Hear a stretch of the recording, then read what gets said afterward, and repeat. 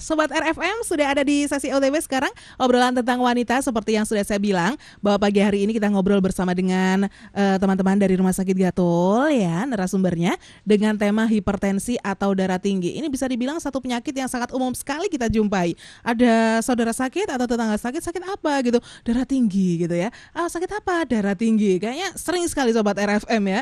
Nah, kira-kira apa sih yang menyebabkan seseorang itu menderita hipertensi? Terus bagaimana juga kalau kita nggak pengen kena hipertensi itu pencegahannya seperti apa? Terus kalau misalkan sudah kena juga pengobatan yang tepat itu seperti apa? Nah, saatnya kita ngobrol soal hipertensi atau darah tinggi ini langsung bersama dengan narasumbernya, ahlinya. Di sebelah saya sudah hadir Dokter Adi. Betul ya? Saya sapa dulu untuk memastikan. Halo, selamat pagi Dokter. Selamat pagi Mbak Hana. Iya betul. Kok tahu sih nama saya? Kan belum disebutin tadi ya. Bisi-bisi. Bisi-bisi tetangga. Ngerpek. Oh gitu. Contekan tadi Mbak, contekan. Mbak Kristina ya. Dokter Adi Winarno. Dokter Adi Winardo. Wah, kebetulan sama kayak owner kita loh. Owner yang punya radio ini namanya juga sama nama belakangnya. Jangan-jangan adiknya ya? Oh iya, kembaran. Saudara lain bapak lain. Oh gitu ya. Kabarnya baik dok? Baik ya. Alhamdulillah. Alhamdulillah seger. Ini pas weekend disempetin datang ke sini loh Sobat R. Padahal biasanya kan waktunya kumpul buat keluarga ya. Kalau kita belum waktunya kumpul. Oh gitu ya. Kumpulnya besok ya dok kumpul ya. dengan customer dulu. Oh. Oke dok, selamat datang ya di Radio RFM. Ya, Oke, Mbak Christine juga yang selalu setia menemani ini teman-teman dari Rumah Sakit Gatul. Pagi Mbak Christine. Pagi. Sehat? Sehat. Seger tambah cantik nih kayaknya. Oh, terima kasih. Mbak Ana juga kok. Oh ya, tambah seger Nggak dulu. ada uangnya tapi nggak punya uang receh aku. Iya, gede aja. Nggak boleh keras-keras katanya. Ya, oke dok, kita ngomongin soal hipertensi. Nah, dok, sebelum kita ngobrol soal penyebab dan bagaimana pencegahannya, pengobatan dan lain sebagainya yang ada hubungannya dengan hipertensi, bisa dijelaskan terlebih dahulu apa sih dok hipertensi itu dok? Iya. Terima kasih Mbak Hana. Dan juga selamat pagi untuk Sobat RFM yang dimanapun Anda berada. Mudah-mudahan kita senantiasa dalam lindungan, dalam fasilitas kesehatan yang diberikan oleh Sang Maha Pencipta. Terkait dengan hipertensi yang saat ini harus kita dialogkan, ya, kita perbincangkan, adalah suatu kondisi di mana tekanan darah seseorang itu naik, ya. Kalau dikatakan naik berarti ada nilai normalnya kan Mbak ya. Standar normalnya itu sekian, kalau di atas sekian itu berarti sudah namanya hipertensi. Okay. Kalau di bawah itu namanya hipotensi. Ya. Jadi kalau kita pakai standar untuk tekanan darah yang batas atas atau kita sebut dengan sistol itu 120, kemudian tekanan darah yang batas bawah atau kita sebut dengan diastol itu 80, kalau sudah di atas itu namanya hipertensi. Oke, jadi normalnya adalah antara ini standar internasionalnya adalah 120/80. Biasanya kita menjelaskan ke pasien seperti itu. Nah, kalau sudah di atas itu hipertensi, dan itu adalah tekanan darah yang diukur di pembuluh darah arteri atau pembuluh darah yang langsung keluar dari jantung untuk disebarkan ke seluruh tubuh. Dan organ yang biasanya kita pakai untuk mengukur tekanan darah itu adalah lengan atas. Iya, taruh di situ biasanya ya. Metodenya kalau boleh saya jelaskan sepintas, sambil duduk atau sambil berbaring, dan lengan atas kita jajarkan dengan posisi jantung di dada sebelah kiri kita, kemudian kita pasang manset dan kemudian kita ukur tekanan darahnya. Berapa angka yang kita peroleh, itulah yang akan kita simpulkan apakah dia normotensi, ataukah hipertensi, ataukah hipotensi. Gitu ya. Begitu. Nah dok, ini kan kadang seseorang itu bisa dibilang darahnya normal atau enggaknya. Ini kadang ada yang bilang katanya antara usia muda dan usia yang ini kan beda-beda. Itu bagaimana dok? Ada kalau muda sampai usia berapa itu normalnya harus gini. Kalau udah di atas itu bagaimana? Usia juga yang mempengaruhi ya dok ya? Bisa. Bagaimana dok? Hal itu terkait dengan memang fungsi dari organ-organ, dalam hal ini adalah organ jantung, terutama sebagai pusat pemompa darah kita. Ketika usia sudah di atas 50 tahun, ya, akan terjadi banyak penurunan fungsi, termasuk adalah fungsi jantung, dan itu pasti akan mempengaruhi dari tekanan darah. Ketika fungsi jantung menjadi tidak mampu untuk memenuhi kebutuhan organ-organ di seluruh tubuh kita yang membutuhkan darah, tentunya dibutuhkan kekuatan jantung ditingkatkan secara otomatis atau secara refleks oleh jantung itu sendiri agar kebutuhan darah itu tetap terpenuhi, sehingga tekanan darah menjadi akan lebih tinggi karena jantung menjadi lebih terpacu untuk memompa darah ya. Sehingga kalau pada pasien-pasien walaupun kita mempunyai standar 120/80, kemudian katakanlah pasien diukur dalam usia 55 tahun, tekanan darahnya 140, 150 dan tidak ada riwayat darah tinggi sebelumnya, biasanya kita anggap kita normal. pantau dulu. Bukannya normal, tetap saja kalau kita mengacu pada 120 dan 80 tetap itu sudah menjadi hipertensi. Oh, gitu. Dan itu nanti harus kita sarankan untuk dia kontrol ya. Kontrol sekian minggu atau sekian bulan lagi apakah memang tetap segitu atau kembali normal, tentunya dengan saran-saran untuk memperbaiki dari kebiasaan-kebiasaan hidupnya. Yang mungkin informasi yang kita dapat itu bisa mempengaruhi tekanan darah tinggi. Tapi kalau usia misalnya masih muda, remaja, ABG, di mana fungsi. Tapi nggak pakai tua ya dok ya? Nanti ABG tua nanti dok. Tua-tua keladi. Oh diarahkan ke lagu ya. Takutnya ABG tapi ABG tua gitu. Kemudian kita temukan tensi walaupun itu hanya 100, 90 tanpa ada keluhan apapun, seolah segitu masih normal. Kita tidak akan menuntut dia harus 120/80 ya, karena memang aktivitasnya masih organ-organ lainnya juga masih bagus. Apalagi kalau dia aktivitasnya cukup aktif ya, jantung masih terpelihara dengan bagus, tidak ada riwayat sakit-sakit yang sebelumnya, ya mungkin dengan tensi segitu masih kita anggap normal. Gitu Jadi prinsipnya untuk tensi itu bisa dikatakan individual, ya walaupun kita punya acuan 120/80, tapi kalau dia sudah terbiasa dengan tensi 100/60, apalagi usianya masih muda, aktivitasnya aktif, atlet dan seterusnya, normal segitu. Gitu ya dok ya. Normal. Oke, ya itu tadi penjelasan tentang hipertensi. Nah, buat sobat RFM mungkin yang kebetulan ada keluarga atau sobat RFM sendiri termasuk ini mengalami hipertensi atau darah tinggi. Nah, ini silakan bisa tanya-tanya langsung bersama dengan Dr. Adi dari Rumah Sakit Gatul ya. Telepon di 3-nya 4x94 monggo, atau bisa SMS di 0812345900. Bisa juga di Facebook di RFM Spasi Mojokerto, Twitter di @RFM Mojokerto. Oke, kita angkat telepon. Halo, selamat pagi. Selamat pagi. Nggih, selamat pagi, dengan siapa di mana nih? Ini dengan Cak Bendel, Mbak. Oh, Ana. Mas Bendel, nggih, monggo Mas. Mau tanya apa ini? Ini tentang kesehatan ya.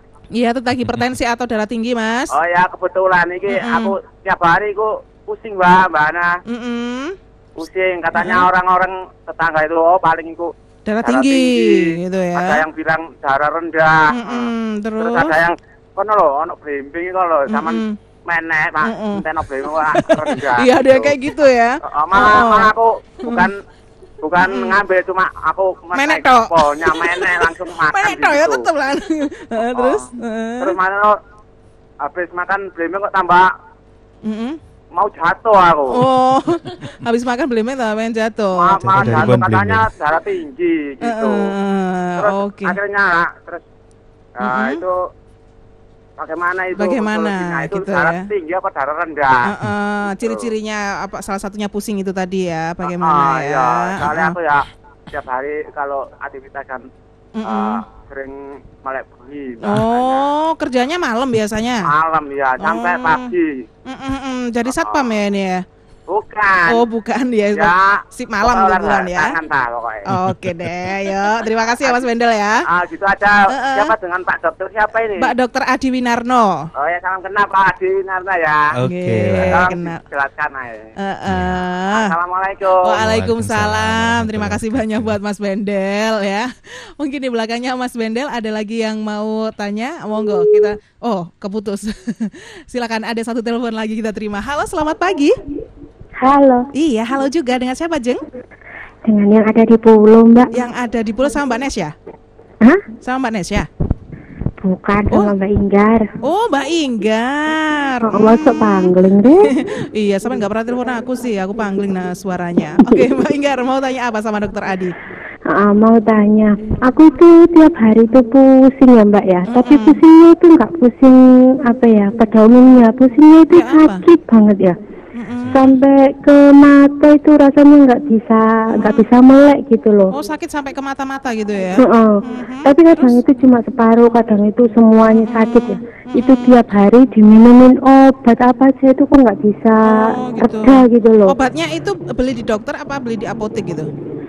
Ke dokter. Oh, obat tetap aja nggak bisa. Terus apa namanya, kalau lagi pusing itu dibuat bangun apa kena sinar matahari gitu tambah pusing gitu. Waduh. Iya. Kena sinar matahari pusing ya? Ya kalau kena apa ya, cahaya yang terang gitu loh Mbak ya, pas lagi pusing keluar rumah gitu tambah nggak bisa melek matanya, nggak bisa melek matanya itu. Cuma separuh yang kanan aja gitu loh. Oke. Penyebabnya apa? Cuma kalau katanya disuruh minum air putih yang banyak, itu pengaruh apa enggak ya? Oh, ada yang bilang disuruh minum air putih banyak kan gitu. Aku lihat di Google kan ya, di Mbak Google itu disuruh minum air yang banyak. Kata dokternya juga gitu. Tapi kok tetap pusing ya gitu. Tapi pusingnya itu sakit gitu loh Mbak. Iya, ini takut sinar matahari dok, jadi kayak vampir dok. Kan biasa kena sinar matahari itu terus langsung gitu. Enggak, kalau kena apa cahaya lampu apa gitu kok tambah sakit gitu loh Mbak. Waduh, sedengane remang-remang ini berarti. Ketahuan ya. Oke. Ya udah, kita aja Mbak ya. Halo Mbak Ingar. Halo. Keputus. Iya deh. Ya, terima kasih. Mungkin sudah takut ini Anda sinar matahari mungkin yang mengenainya, jadi buru-buru ditutup teleponnya, langsung masuk ke kamar ya. Cari sinar yang lain. Sinar kehidupan loh. Oke, kita angkat satu telepon lagi. Halo, selamat pagi. Halo pagi. Halo. Iya, dengan siapa? Di mana? Halo. Radionya bisa dikecilkan? Iya, dengan siapa di mana ini? Ibu? Halo, dengan ibu siapa? Halo, iya? Mama Mala di Bluto. Mama siapa? Mama Wati. Ya. Mama Wati di Bluto ya. Oke, silakan Mama Wati, mau tanya apa ini? Mau tanya ini loh. Apa itu ya? Kalau darah tinggi itu pengaruhnya faktor makanan apa pikiran? Oh gitu ya. Iya. Pikiran apa makanan? Oke. Kepikiran makanan kayaknya. Halo? Terus iya betul. Terus apa lagi nih? Udah itu aja. Oh, itu makasih aja. Ya. Assalamualaikum. Oke, waalaikumsalam. Terima kasih banyak ya Mama Wati sudah bergabung. Oke, sekarang kembali lagi bersama dengan Dokter Adi. Oke Dok, ini tadi sudah ada yang masuk Sobat R ya. Dari Mas Bendel tanya, ini setiap hari mengeluhkan yang namanya pusing Dok. Ada yang bilang bingung Dok ini, soalnya ada yang bilang darah tinggi sampean, ada yang bilang darah rendah paling. Akhirnya disuruh menek blembeng Dok. Makan blembeng katanya. Habis makan blembeng malah kudu jatuh. Iya, soalnya sampean menek agak mudun-mudun malah kudu tiba ya. Nah, bagaimana? Ini apakah darah tinggi atau darah rendah katanya gitu. Ya. Kalau pusing itu, Dok. Iya. Terima kasih Pak Bendel. Nggih. Ya. Semoga tidak bandel. Oh. Pusingnya yang bandel kayaknya. Udah hilang-hilang. Enggak jelas belimbingnya ini belimbingnya sendiri atau belimbingnya tetangga. Oh gitu. Iya Dok. Ya bisa jadi. Makanya jatuh. Bisa jadi mau jatuh soalnya dia nggak ngomong sama tetangganya, diam-diam menek ya. Terima kasih Pak Bendel. Jadi kalau kita mengacu kepada yang tadi, untuk tensi itu adalah kita bicara dengan angka-angka, ya. Acuannya sekian itu adalah tensi normal. Acuannya sekian nanti menjadi hipertensi. Jadi idealnya Pak Bendel ini tidak hanya mendengarkan informasi dari sekitarnya, kemudian masih tanda tanya, tahu-tahu menek belimbing dan seterusnya. Yang paling bagus sebenarnya ya diukur berapa sih tensinya dia ketika pusing ataupun ketika tidak pusing. Ya. Menurut saya yakin Pak Bendel tidak terus-menerus dalam 24 jam di kehidupannya itu terus pusing terus selalu ada di mana beliau tidak ada keluhan apapun. Di saat itu bisa minta untuk ditensi. Banyak sekarang apotek-apotek pun kadang juga menawarkan untuk tensi gratis dan manfaatkan aja itu, tidak harus ke dokter. Lebih bagus memang kalau yang menangani adalah dokter karena kita yang pernah mendapatkan pendidikan untuk mengecek kesehatan itu ya. Kemudian kalau ternyata memang tensinya tinggi, baru nanti kan akan kita sarankan solusinya apa. Kalau tensinya ternyata rendah, solusinya adalah apa. Jangan langsung ujuk-ujuk makan belimbing. Iya kalau darah tinggi. Iya kalau darah tinggi. Kalau ternyata tidak kan malah menjadi rendah. Memang untuk belimbing yang mengandung elektrolit kalium yang cukup tinggi itu bisa dimanfaatkan sebagai penurun tekanan darah tinggi ya. Walaupun sampai sekarang mungkin belum ada penelitian belimbing berapa, dalam takaran berapakah belimbing itu bisa menormalkan atau menurunkan tekanan darah, dan tekanan darah berapakah yang bisa dinormalkan dengan mengkonsumsi belimbing. Gitu. Oke, jadi untuk lebih pastinya ini mending ditensikan aja ya. Betul. Dan sekaligus untuk Bu Inggar ya, Mbak Inggar atau Bu Inggar. Oh ya Bu Inggar ya, tadi tiap hari pusing, ini nggak pada umumnya loh dok, sampai ke mata-mata loh dok, kadang separuh. Sampai alergi matahari. Sampai alergi sinar matahari, pusing-pusing, disuruh minum air putih banyak-banyak juga kok tetep gitu. Gimana ya dok? Pusing itu memang sebenarnya salah satu gejala yang paling sering dirasakan.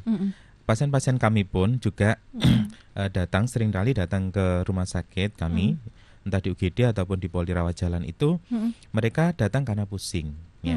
Terlepas apakah ada riwayat sebelumnya hipertensi atau enggak, tapi paling sering mereka keluhannya adalah pusing. Ya. Repotnya adalah ketika diperiksa kemudian tekanan darahnya tidak normal, ya, dalam hal ini tinggi, ya, itu karena mereka ya itu tadi baru periksa ketika sudah pusing.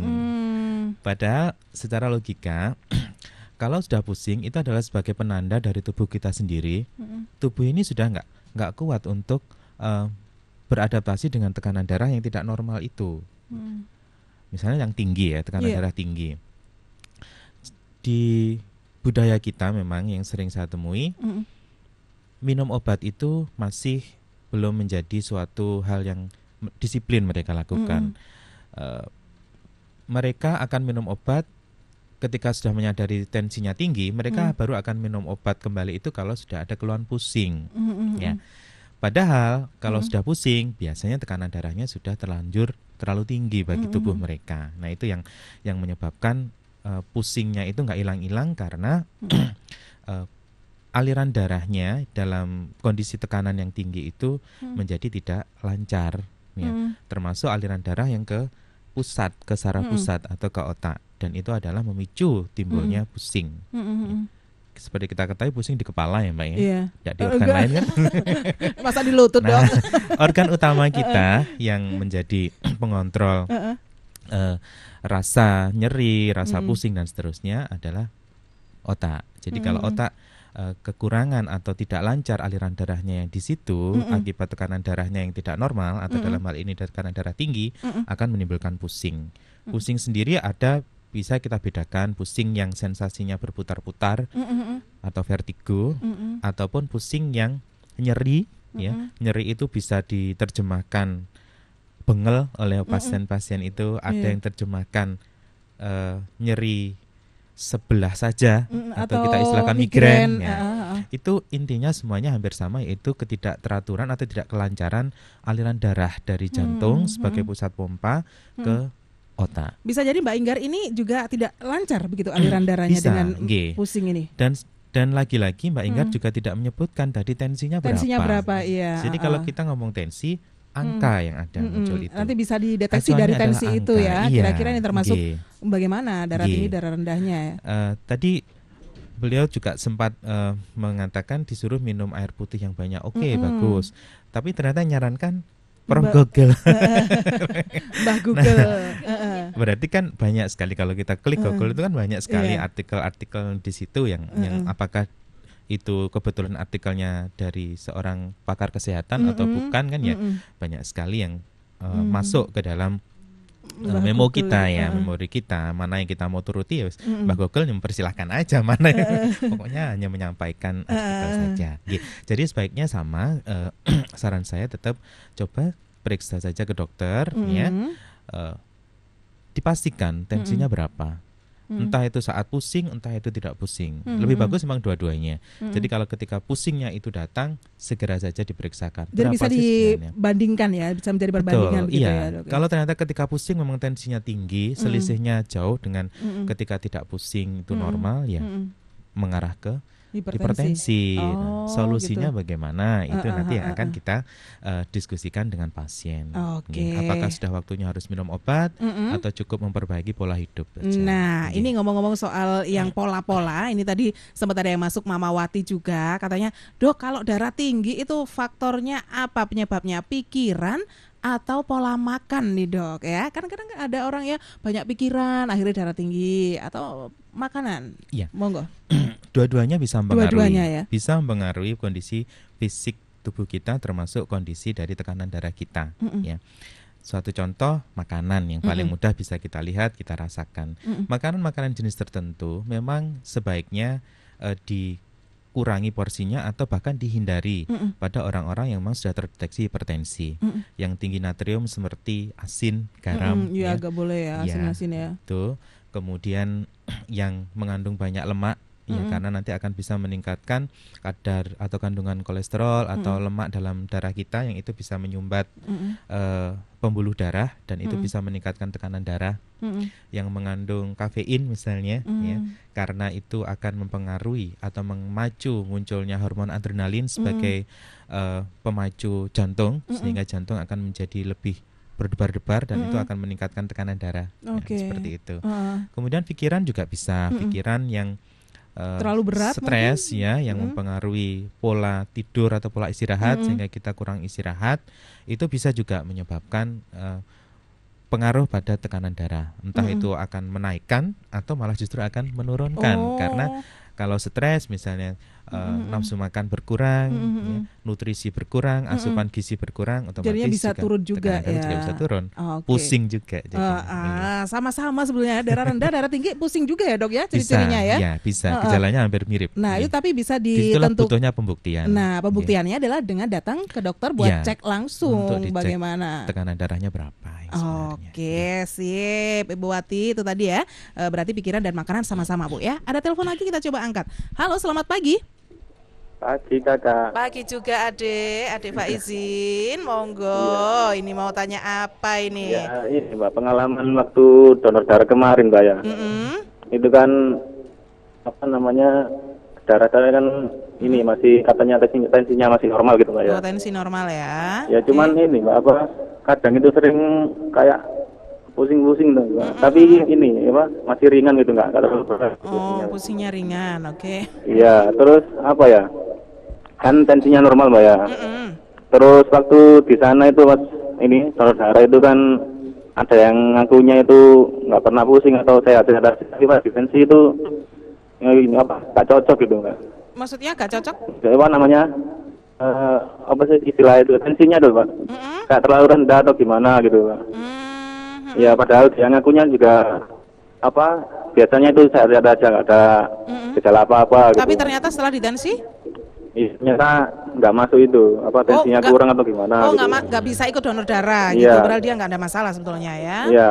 Padahal kalau ya kebalikannya saya ini kan biasanya yang agak pusing-pusing, malah bisa, gitu ya? Iya, sempat berpikiran, wah mungkin ditolak, mungkin nggak bisa gitu. Ternyata pas ditensi, ini bisa tensinya gitu. Oke. Terus yang ditanyakan apa nih?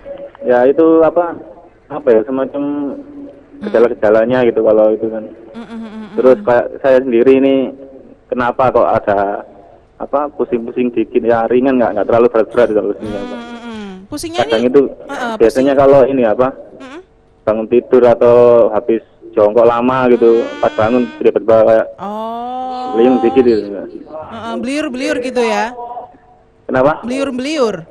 Iya, kayak beliur-beliur gitu. Gitu. Ada yang bilang ini apa kayak kurang darah kalau apa gitu ya. Oh gitu ya. Iya, katanya suruh banyak-banyak makan hati gitu. Cuma nggak suka hati Mbak. Oh beda makan hati. Iya, sakit hati Mbak. Sakit hati. Iya. Iya, tapi nggak ada pengaruhnya sama galau Mbak ya. Apa nggak ada apa? Nggak ada pengaruhnya sama galau Mbak. Bisa jadi. Terlalu banyak galau dan terlalu lama menjomblo itu bisa jadi pusing. Oke gitu aja. Iya gitu aja. Makasih Mbak. Terima kasih Mas Faizin. Thank you buat Mas Faizin sudah gabung. Ini galau biasa anak muda sekarang. Halo, selamat pagi. Halo, selamat pagi. Halo, selamat pagi. Ini sudah masuk. Oke. Keputus, bisa dicoba lagi yang mau gabung ini ya. Saya masih buka di 3-nya 4x94. SMS juga bisa. Halo, selamat pagi.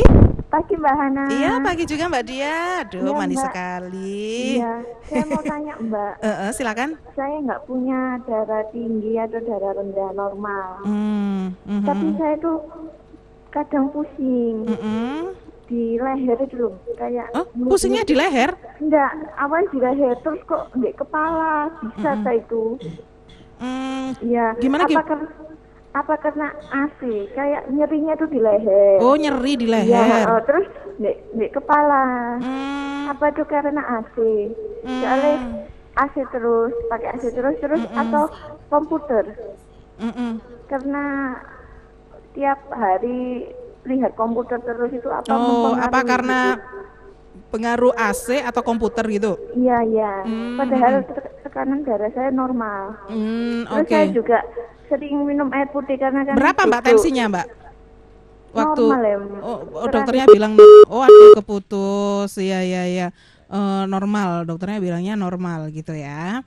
Oke deh. Terima kasih Mbak Dia. Di belakangnya Mbak Dia coba satu penelpon lagi. Halo, selamat pagi.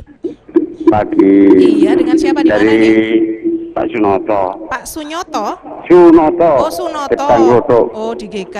Nggih, monggo Pak Sunoto mau tanya apa nih sama Pak Adi? Kula kok pireng ngeluh. Lah kula niki sering ngeluh. Oh, sering ngeluh ya, Pak ya. Nggih. Lah niki masalahnya pada nggak ada gejala apapun. Nggak ada tensi ya normal, tapi kok sering ngeluh. Tensi normal ya. Iya, Oke. tensinya normal 110, 100. Padahal umur saya sekitar 55. Gimana Pak? Apanya 55? Umur saya umurnya sekarang 55. sudah 55. Oke. Tensinya 110. Iya. Oke. Tapi kok ngeluh gitu? Kenapa? Iya, sering ngeluh gitu. Ini ngeluhnya kadang ada di tanggal berapa Pak? Tanggal muda apa tanggal tua nih Pak? Ngeluhnya itu enggak tentu. Oh, enggak tentu. Ya. Oh, ya. Walaupun banyak uang tetap ngeluh. Oh, gitu. Oh, ya wis bae ngeluh nek waduh kayak saya, Pak. Saya tuh kalau sudah pertengahan mau ketua gitu ngeluh, Pak. Iya. Oke, gitu aja nih Pak Sunoto. Iya. Nggih, terus nggih Pak nggih. Iya, Pak Haji. Nggih, terima kasih buat Bapak Sunoto. Oke, Dok. Ini kembali lagi ke pertanyaan tadi yang sudah masuk. Ada Mas Faizin tanya pada saat pengalaman donor darah kemarin ya, dia yang sering ada keluhan yang nama pusing meskipun nggak terlalu gitu ya pusingnya, tapi ternyata bisa donor darah. Sedangkan ada temennya yang kebetulan nggak pernah pusing, merasa fine aja, tapi justru nggak bisa donor darah kayak gitu. Nah Dok, ini kenapa? Kok ada terus juga masalah apa? Kalau habis jongkok bangun tidur pusing juga, Mas Faizin tadi pengalamannya kayak gitu. Gimana Dok? Ya. Terima kasih Mas Faizin ya. Okay. Saya sebelum jawab ini mengapresiasi dulu dengan bersedianya menjadi donor ya, karena bagi slogannya PMI kan setetes darah Anda adalah nyawa bagi orang lain ya. Dan ini menjadi pembuktian bahwa PMI pun secara sistem mereka adalah proseduralnya sebelum diambil darahnya dicek tensinya. Jadi angka kembali kan, angkanya tensinya berapa gitu. Dan mereka memiliki nilai syaratnya, syarat tensi sekian baru boleh donor. Ya. Walaupun pusing, ya, walaupun pusingnya juga sangat ringan, ketika dicek oleh petugas PMI dalam kegiatan donor itu normal, boleh ya, boleh diambil darahnya. Ya. Berapa sih Dok kalau boleh tahu normalnya kalau orang bisa donor? Ya 110, 120 untuk gitu ya? Sistolnya ya, untuk tekanan darah batas atasnya. Ya. Oke. Kalau di bawah itu, misalnya 100 atau 90, itu memang akhirnya terus tidak diperbolehkan saat itu, bukan berarti untuk seterusnya. Bisa saja ketika 3 bulan kemudian ada donor lagi, dicek lagi tensinya normal, ya boleh. Tensi itu berubah-ubah ya Dok ya setiap bisa berubah-ubah dan tergantung juga dari ya tadi saya katakan tensi itu individual. Mungkin temannya Mas Faizin ini misalnya dia seorang atlet misalnya, terbiasa olahraga, jantung sangat-sangat rileks ya, dibuktikan dengan tensi yang secara normal itu rendah, tetapi secara objektif dirasakan oleh si orangnya sendiri, personnya sendiri, tidak ada keluhan apa-apa. Tensi saya segini nih. Malah saya kalau tensinya dinaikkan jadi 120, saya malah pusing misalnya gitu. Nah, berarti memang tipe atau karakter badannya dan jantungnya itu ya begitu, itu sudah ada adaptasinya dengan tensi segitu. Tetapi sekali lagi bahwa ini memang sistem atau peraturan atau prosedural dari PMI yang mengadakan donor darah bahwa tensi sekian baru boleh. Kalau di bawah itu tidak boleh dulu, tidak boleh dulu. Saya nggak mengatakan tidak boleh seterusnya. Mungkin pada saat itu lagi kondisinya tidak memungkinkan gitu ya. Walaupun tidak selalu ada keluhan pusing. Dan sekali lagi sekaligus jawab Bu Diah ya, Mbak Diah ya, dan Pak Sunoto juga yang fokusnya ke pusing ya, 3 pertanyaan. Iya, semuanya pusing ini ya. Pusing ya, tanggal sekian udah pusing. Ini tanggal berapa sih, Dok? Tanggal 21 ya? 21. Oh, wajar ya kalau pusing. Masih wajar. Ini sudah tanggal tua ya. Udah pusing ya. Iya. Ini apakah ada pengaruh dengan kerjaannya yang berada di ruang ber-AC dan selalu menghadap komputer gitu kalau Mbak Dia tadi? Pusing itu tidak selalu harus kita kaitkan dengan tensi atau tekanan darah ya. Dia banyak sekali juga penyebabnya. Suatu contoh Mbak Dia ini pusingnya itu yang dirasakan adalah nyeri atau katakanlah kaku di leher. Ya. Terus naik ke kepala gitu. Ya, nah, bisa saja memang penyebab awalnya atau penyebab utamanya ada di kekakuan otot-otot leher. Mungkin posisi tidurnya yang tidak bagus secara anatomis sehingga ketika bangun tidur itu menjadi kaku lehernya ya, karena sekian jam tanpa kita sadari karena tidur posisinya itu membuat otot-otot leher kaku. Padahal di otot-otot leher itu mengalir di situ pembuluh darah, di situ juga ada aliran saraf ya. Kalau itu terkena, istilah kalau orang awam kejepit ya, terjepit otot-otot leher tadi akan menimbulkan rasa nyeri atau rasa tidak nyaman, rasa kaku, dan itu bisa menjalar sampai ke kepala. Kalau kaitannya dengan layar komputer itu mungkin dari sensasi di mata, karena mata terlalu lama teregang, harus menteleng terus ya kalau istilahnya itu, kemudian akan juga membuat kaku di otot-otot kelopak mata kita. Itu juga bisa menimbulkan rasa nyeri sampai menjalar ke dalam otak. Mungkin kalau pusing pas lagi kerja gitu mungkin perlu istirahat sejenak, lihat-lihat pemandangan yang lain dulu kali ya. Betul, perlu ada refreshing, intermezzo gitu untuk merelaksasi otot-otot kita. Sekaligus tadi Pak Sunoto juga ya, ngeluh padahal tensinya normal 110 gitu jadi ya. Saya katakan bahwa tensi tidak selalu berkaitan langsung dengan keluhan pusing. Iya, jadi belum tentu ya. Pusing itu berarti darah tinggi, darah rendah. Belum tentu. Bisa jadi karena ya itu tadi beberapa hal yang bisa mempengaruhi tidur pas nggak tepat aja sarafnya ininya kejedit bisa jadi pusing juga.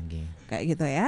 Oke, Dok, ini yang terakhir nih Dok. Waduh, waktunya kembali lagi ngomongin soal angka. Tadi dokter kan ngomong angka gitu ya. Saya juga angka Dok. Angkanya sudah jam mau 9 gitu kan Dok ya. Nah, yang terakhir nih Dok. Kalau Sobat RFM mau cek gitu ya, apakah hipertensi atau bagaimana gitu. Nah, di Rumah Sakit Gatul ini apakah ada cek atau penanganan untuk penderita hipertensi nih Dok? Iya. Atau di jam-jam sekaligus jam berapa juga gitu bisa ngeceknya, monggo. Cek tekanan darah itu merupakan suatu cek standar. Cek yang diperiksa atau yang dilakukan oleh teman-teman petugas kesehatan termasuk dokter dan perawat ketika seorang pasien itu periksa ke tubuh kita, ke rumah sakit kita. Apapun keluhannya biasanya kita akan ngecek. Apalagi kalau yang sudah ada riwayat hipertensi, mereka kontrol, keluhan tidak ada keluhan, selalu kita cek. Nah, kalau memang masyarakat ingin memeriksakan tekanan darahnya, sangat bisa kita lakukan. Bisa langsung di poli rawat jalan kita, ataupun kalau memang ada suatu hal yang menurut mereka itu perlu ditangani di unit gawat darurat, monggo datang ke UGD. Jadi nanti kita akan selalu, pemeriksaan pertama yang kita lakukan adalah salah satunya melihat tekanan darahnya, melihat nadinya, melihat suhu tubuhnya, itu sudah pemeriksaan standar. Nanti baru kalau setelah ada hasilnya dari cek hipertensinya atau tekanan darahnya itu, kemudian kita ketemukan hipertensi, hipotensi, akan kita diskusikan, kemudian kita sarankan tindak lanjutnya kemana, perlukah ditangani oleh dokter spesialis atau tidak. Oke, gitu. Jadi bisa datang ke Rumah Sakit Gatol ya Sobat R ya untuk penanganan lebih lanjut. Oke, Dok, terima kasih banyak ya Dok. Dokter Adi Winarno, Mbak Christine juga. Dokter Adi ternyata suaranya bagus loh, cocok jadi penyiar. Aduh Dok. Coba ditawari aja. Mantan. Oh, iya. Ada Dok jam 12 malam Dok di sini Dok. Aduh, bahaya Dok, jangan Dok. Nanti dengan yang Mbak Vampir. Oke, terima kasih banyak Dokter Adi ya. Sampai jumpa di lain kesempatan Mbak Christine juga. Salam buat teman-teman yang ada di Rumah Sakit Gatol ya. Sukses selalu. Oke Sobat R, sampai di sini obrolan kita di OTW, obrolan tentang wanita bersama dengan Rumah Sakit Gatol ya. Bicara soal hipertensi, semoga saja obrolan kita tadi memberikan manfaat yang luar biasa untuk Sobat RF.